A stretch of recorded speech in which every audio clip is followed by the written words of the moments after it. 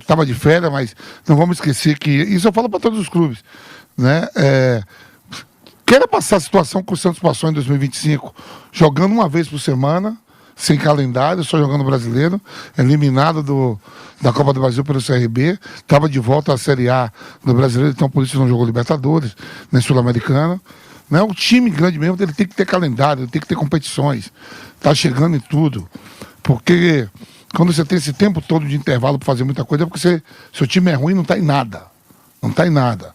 Às vezes a instituição, o time que mais jogou na temporada passada no futebol brasileiro, se eu não me engano, foi Palmeiras e Bahia.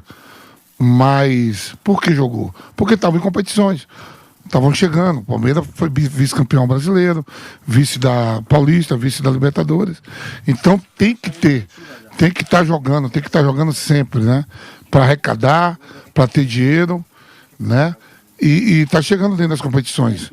Então, o Campeonato Paulista já começa dando em torno de 60 milhões de premiação, 50, 60 milhões, fora os clubes que têm os seus patrocinadores, que provavelmente devem ter algum bônus para títulos.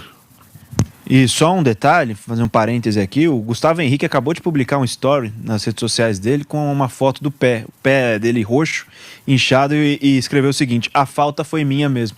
E uns emojis de palminha, ironizando a marcação do árbitro Lucas Belotti, a falta que originou o gol de Gabriel Barbosa, o gol de empate da equipe do Santos.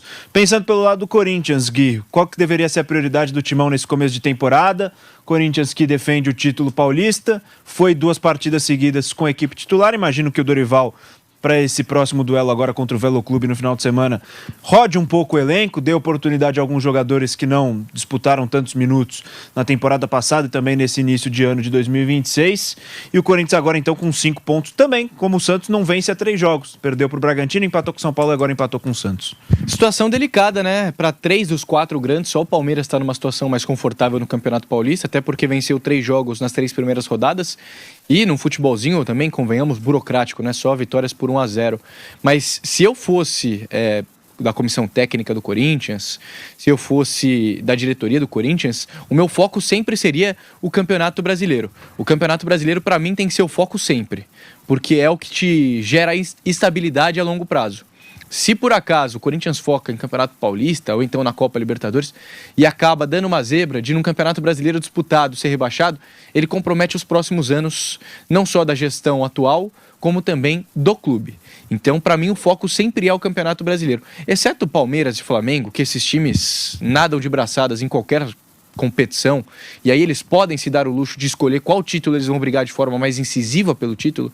Para os outros times, para os outros 17 times, vou tirar o Cruzeiro dessa lista, o foco tem que ser o Campeonato Brasileiro.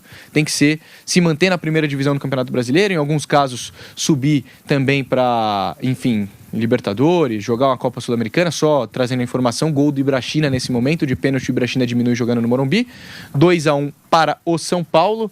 Desculpa, PH, acabei te cortando, você não estava aqui. É que o PH é multifunção, né? Tava também dando um... Ele equivale a... Fazendo um corre, né? Como falado nas ruas. Equivale a 3 funcionários aqui na Jovem Pan, o nosso PH Sperber. Mas enfim, só completando, para mim é isso. Falar. O foco tem que ser sempre o Campeonato Brasileiro, o que gera estabilidade para esses times a longo prazo. Nesse começo de ano também, cara, o Campeonato Paulista, o Corinthians já é atual campeão, não vive uma seca de títulos. É um Campeonato Paulista que pode ser, digamos que, descartável para o Corinthians. Assim como eu sempre dizia no ano passado, que poderia e deveria ser descartável para o Palmeiras também. Hoje, São Paulo e Santos, de fato, precisam ganhar o Campeonato Paulista para dar moral, para dar respiro, para tirar uma seca de títulos. O Corinthians, atual campeão da Copa do Brasil, atual campeão paulista, não tem tanto essa necessidade. Então eu trataria como foco, sim, o Campeonato Brasileiro. Boni.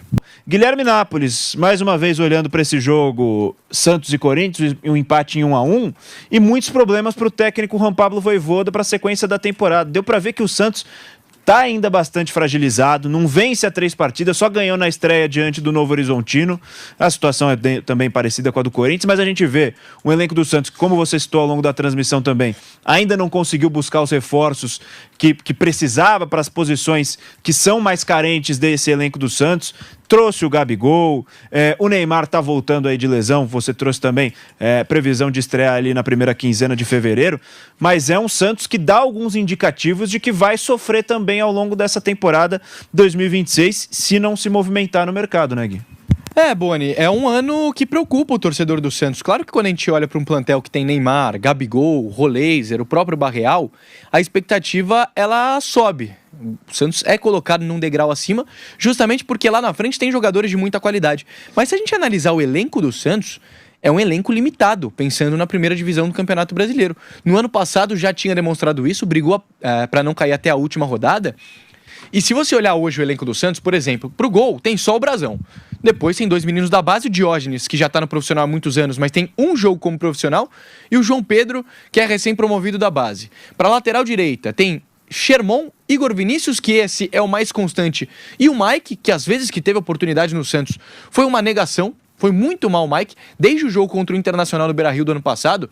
Todas as vezes que o Mike entra em campo com a camisa do Santos, é de irritar o torcedor do Peixe, porque ele não consegue desempenhar um bom futebol. Lateral esquerda tinha o Souza, que era um menino já consolidado, foi vendido por uma bala pro Tottenham, e acho até que foi uma boa venda do Santos, até pensando que o Souza abriu parte que ele teria a receber para ficar pro clube. Uma negociação que gira na casa dos 96 milhões de reais, o Santos ficou com mais de 80, cerca de 83 milhões.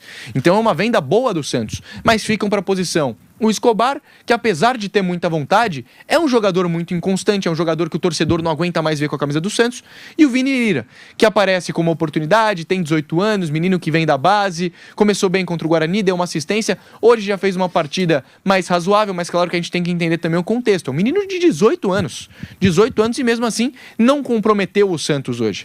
Para o sistema defensivo, o miolo de zaga, tem 5 jogadores que para mim não somam um. Luan Pérez, Zé Ivaldo, Adonis Frias, Alexis Duarte, João Basso. São essas 5 opções do Santos para o sistema defensivo e nenhum deles é titular absoluto do Santos. O Luan Pérez já teve um bom momento da carreira, mas isso já faz pelo menos 5 anos. O Adonis Frias e o Alexis Duarte chegaram ambos por 4 milhões de dólares e ninguém sabe por que o Santos pagou tanto em 2 jogadores que não conseguem se consolidar como titulares do Santos. O Zé Ivaldo é um deus dos acuda. Depende de como ele acordar no dia. Se ele acordar e falar, puta, hoje eu vou jogar sério, é um jogador honesto. Custou pouco para o Santos, $1 milhão. Uma negociação que para os padrões atuais é uma boa negociação. Agora, quando ele acorda virado para a lua, não vou falar o quê, mas vocês entenderam muito bem, é um deus nos acuda. Domingo ele fez um pênalti que ele deu um tapa na bola, de forma completamente desnecessária. Hoje, ele faz um pênalti infantil. A gente até brincou aqui. No domingo foi um corte de vôlei. Hoje foi um ipom de judô. Inacreditável o pênalti que ele fez. Inacreditável o pênalti que ele fez. É inacreditável. Hoje. Se você olha para o meio de campo, as opções de volante, Zé Rafael e o Ilharão são 2 belos volantes. Mas são 2 jogadores muito experientes, muito já acima da idade. Aí você tem as opções. João Schmidt, também acima da idade. Tomás Rincon, batendo aí a marca de 37 anos. Tem o Gabriel Menino, que chega agora como uma oportunidade, a gente não sabe como ele vai render no Santos, tem jogado na média nessas 2 primeiras partidas, o Gabriel Bom Tempo, que segue lesionado, mas é um torcedor é um jogador que a torcida espera muito.